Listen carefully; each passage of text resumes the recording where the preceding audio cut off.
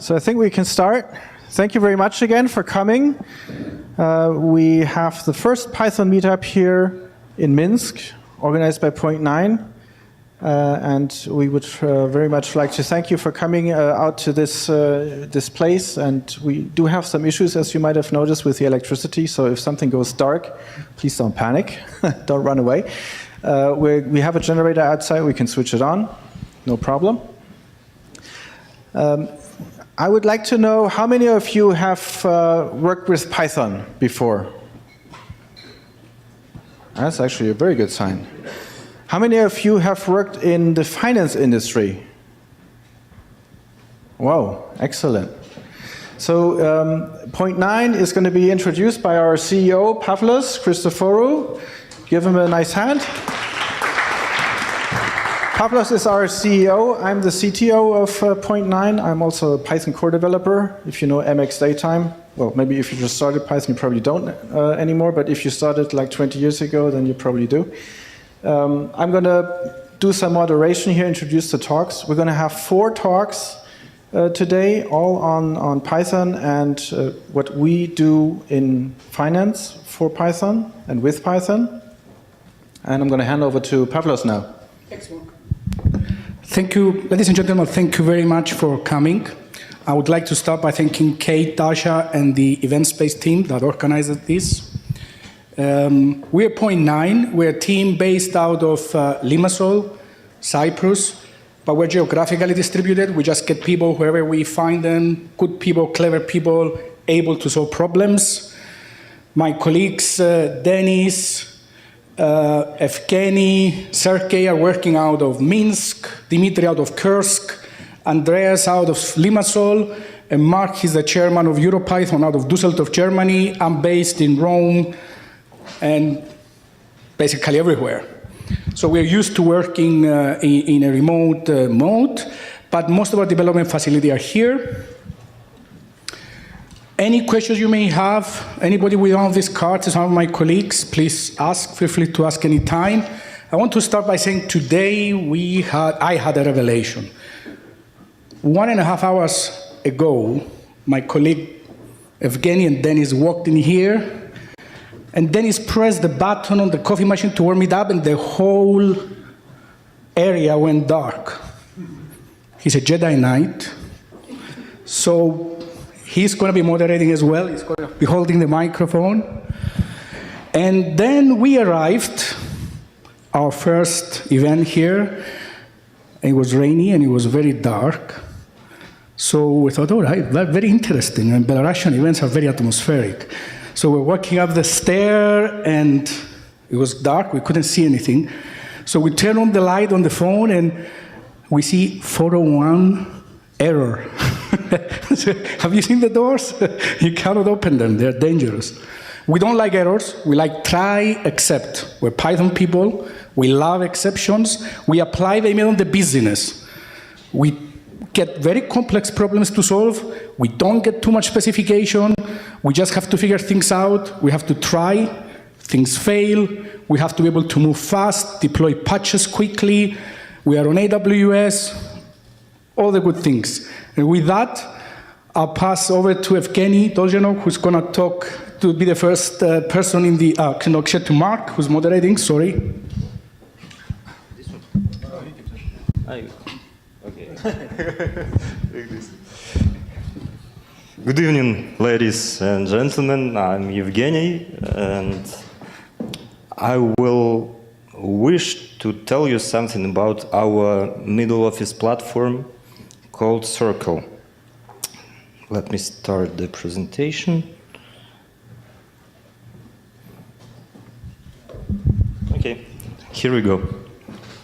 So, as a company, Point9 has different platforms and different technologies which we provide to our customers, and I will tell you about our oldest one, about the oldest technology which we have. It's Circle. It's the platform where we do the middle office work. And I believe that I should start with the explanation what actually the middle office is. If you imagine any financial, okay, not any financial institution, but you can imagine, for example, a hedge fund or a pension fund or broker or even a bank, and all their activities with trades can be relatively strict, divided into these three parts. The front office, these are all the jobs connecting to the clients, and also decision making goes here. And the middle office, these are all the processes which provide the support to the front office. And I have here an explanation. For example, the reconciliation is a part of our Circle middle office platform, which is probably most important for our client. And settlements, risk management, P&L calculation, and the last part of this split is the back office, which are basically all the functions that are behind the scenes and which provide the support for the middle office and the front office. And actually, we provide to our clients the service, the middle office service, but we also have a lot of things from the back office implemented to make this possible. And now I will have two informational slides. This one shows our regular Circle process, daily process in Circle. So we have integrations, the client's data comes and we need to parse it and to store it in our system. And also at the end of the day, when we do all the manipulations with the data, we have to export it to the third parties which our client asked us to export. And of course we do some validations, checks. We have an operation department sitting in Cyprus. And these guys do a lot of work with the data, with the trades. Basically, they manage the Circle system, which I'm talking about. And yeah, they do the confirmations of the trade and then enrichment, and they run the reports. When all the data is in, they cache the reports, and then, yeah, they manage settlements and reconciliation. And here I just want very, very briefly to say about our principles which we follow in point 9. So we have a lot of clients, and the clients are, they have different requirements, and we have to be very flexible. And with Circle we are very flexible because we have, let's say, a generic way how we store the trades in the system, but some of the clients have their own view on it, and we must be able to adapt and to store the data as they wish. And at the same time, what in my opinion is a bit opposite to the flexibility is that fact that we have to be able to implement new things fast. And also, of course, we care about the scalability, security, and automation. Our processes are semi-automated, and we try to automate as much as we can, but some things have to be done manually by the operators, either our operation team sitting in Cyprus, or some clients work with Circle on themselves. Okay. So at first, we get data. We get trades, we get positions sometimes, but let's speak about the trades. So at the beginning of the day, we have to take some files, or we can use various sources of the data, how it comes in. So we have this queue system on which we have to load the data which we will work on. And we are able to load the files there manually, Or I believe that the most common integration is the SFTP, so we just take the data which comes to our SFTP, or we can connect to clients' databases, or they use our API to put the data in the queue. And then we have, let's speak first about the manual upload. Imagine that client calls our operator and sends some file via email, and our operator takes it, and he knows that, okay, he knows the client name, he knows the handler and parser which will parse the file, and the handler which will then handle all the operations with this file. So he comes to the queue and he generates, our operator, and he generates the event, which everything you see here are the events with this tuple which he knows, the handler and the parser. In case the files come through SFTP, we have a special handler which is called event dispatcher. You can see it here, for example. And this event dispatcher, we have handlers registered in our system, and you see here that all the handlers have unique keys, and handlers which are working with the incoming files, they also have a tuple of parsers, and they have group, and every parser knows which files it can parse. So, okay. Every parser knows which files it can parse. So, yeah, this event dispatcher goes through all the registered handlers and parsers and tries to find a proper tuple of handler and parser which can parse this file.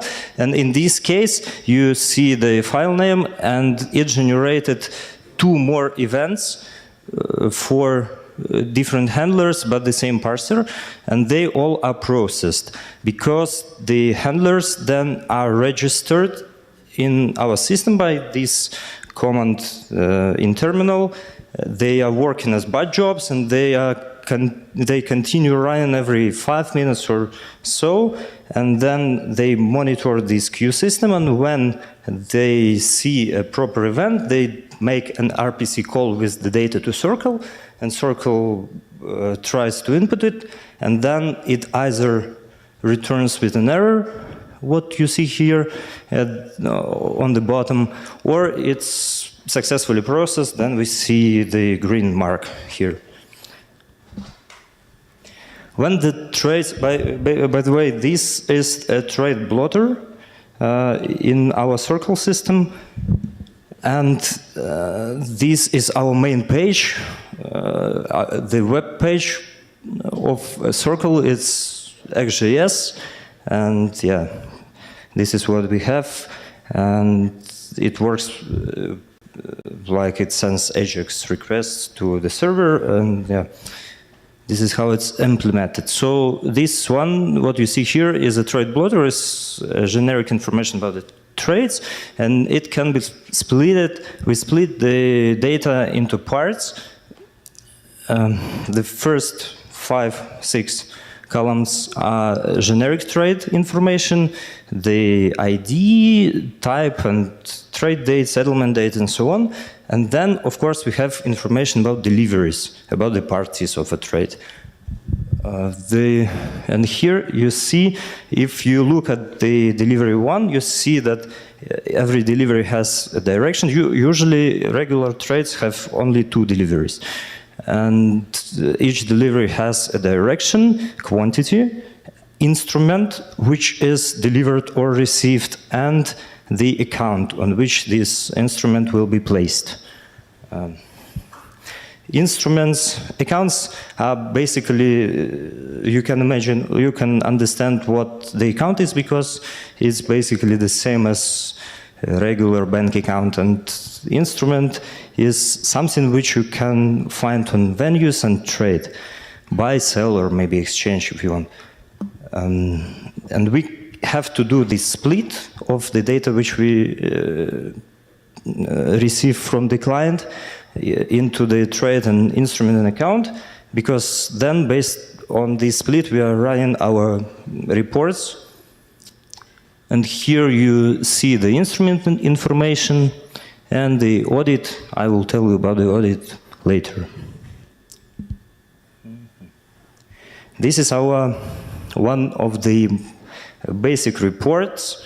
Is a position report. Basically, every trade which we have imported into this system, we grouped all the trades by the instrument and by the account, and we get positions. We then sum up the quantities, and we understand how many assets we have on every account. And for example, I have a breakdown here. You see that we have South Korean currency sitting on this account, and we have 10 trades, which are spot trades or corporate action, P&L corporate actions or ETD futures, and in some they give us 90 million and something. Yeah, and if I hide this and add a few more columns to the position reports, we get an MTM report, which is market-to-market report, which shows the value of each position. So basically we take a quantity of the position, multiply by the FX rate, if it's currency or market price of an instrument, and we understand which is the market value of each position for a date on which we are running this report. Here I showed you the report with some errors because our operators, when the next step after they have loaded the trades into the system, they need to add, let's say, extra information, in this case FX rates and the market prices, and then they can run the reports, and at the point when they can run the reports, they want to make a snapshot of the system, because our clients are not interested in that reports. That reports are, let's say, technical view, live view of the reports, and it takes time to run them. But our clients are mostly interested into the in the cached reports, so they want to be able to open our dashboard and choose a date and immediately get the data, how it is there. So we have most of our tables in Circle have audit log. Basically, there are two date times. One is the contract date time, which shows the time starting from which this entry becomes available. And the knowledge date time is the date time starting from which our system knows about this entry. And you see that in our tables, we don't, if we need to do an update or delete, we don't do it. We add new entries. Like here, we have they share one group entry ID, and we have here new amend. And you see here in these columns that clean price was amended first, then delivery one account ID was removed for some reason, then it was restored. So in our core tables, we don't perform updates and deletions. We add new entries, and then we have current tables, which are populated with data based on the triggers. On each insert of new entry into the static data, we just take the recent line of the static data for every group entry ID and push it into static data current. And we also have static data knowledge date, which is the view, which is its temporary view. It's created for every database session which with a parameter knowledge date. And because we have these views, we can make dump of our system at whatever moment as we want to. And using these dumps, we create snapshots and cache data, and we get the dashboard. And these are examples of our dashboard reports. You can see charts here. You can see some tables which are showing the actual data for some period of time. And then after the reports, after the snapshot has been generated, our next step of our process is to upload data to third parties.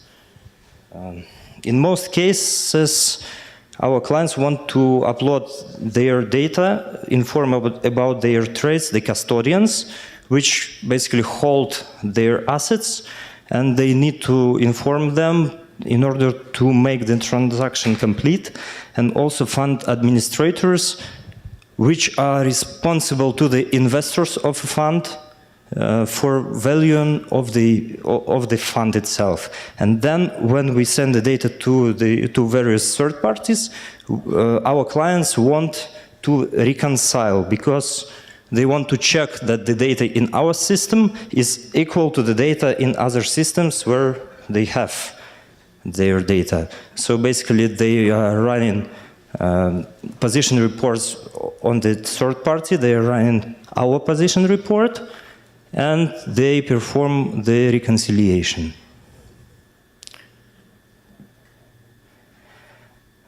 For the reconciliation, we have a special UI, but we also have some matching rules, so it's also a semi-manual process.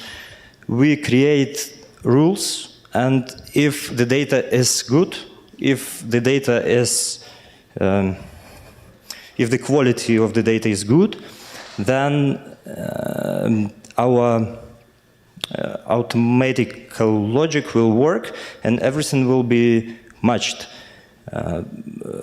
together. But in case the data doesn't have some identifiers, and we don't know to which position of 0.9 corresponds which position of the third party, we provide a UI for our operators, and they can match them.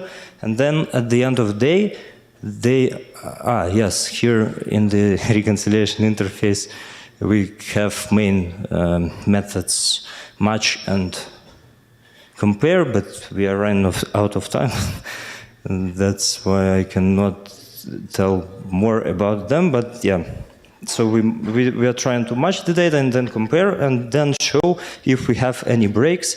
We generate a report which shows in red that the data is not consistent, and if everything is consistent, everything will be matched on this report. And that's it from my side.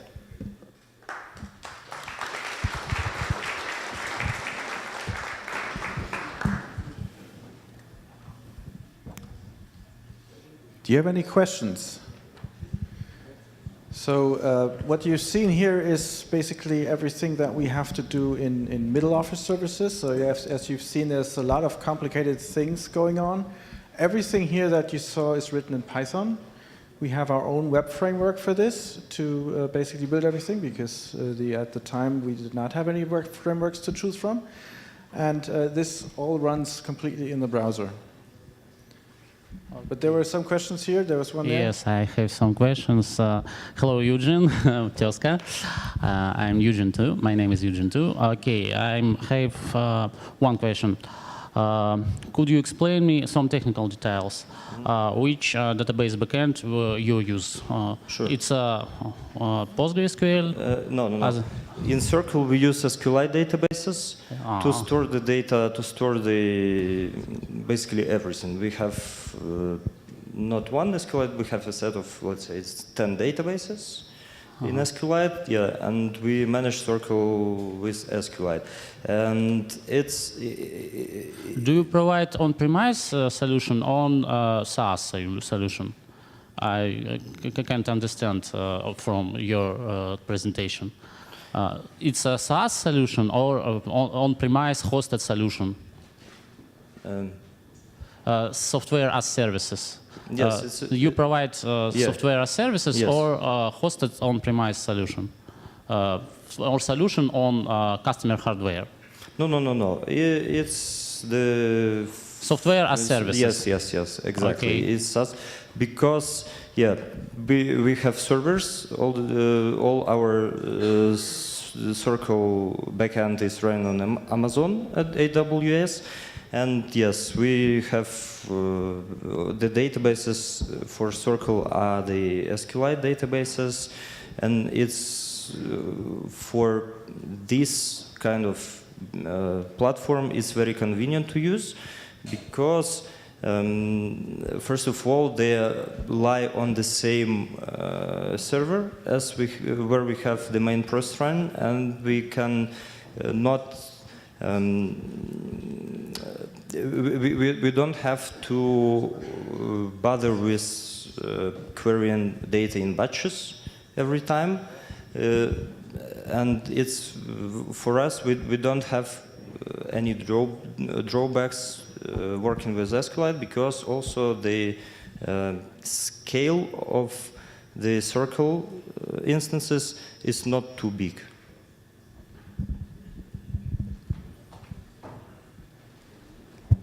I think there was one more question somewhere over here.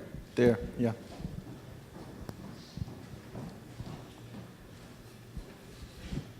Thank you for the talk. You showed us that you use triggers on the database side. Yes. Can you provide us to us example? How do you maintain them? For example, you change the logic, you change the schema. How do you maintain triggers with your database? Mm-hmm. Okay. We basically what these triggers do is they support this audit log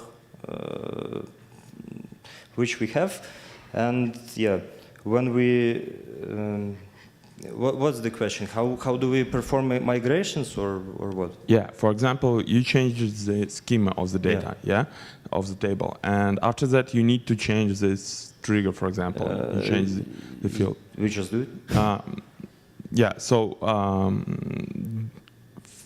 for the period of the migration, how you supply previous change and previous schema and the new one? Basically, we have a script which does it for us. Yeah, so okay. And to be honest, I have never looked into the script. Okay. So it looks like a custom solution.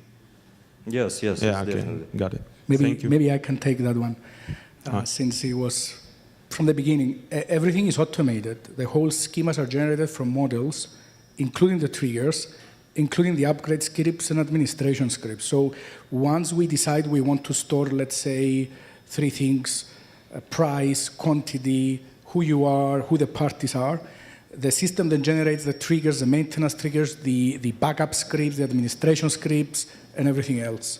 So it's completely managed via a layer that manages the mapping from models to triggers and indices and various other things. Okay, thank you. So it's in-house solution, not... Yes. Okay, So in-house thank you. solution.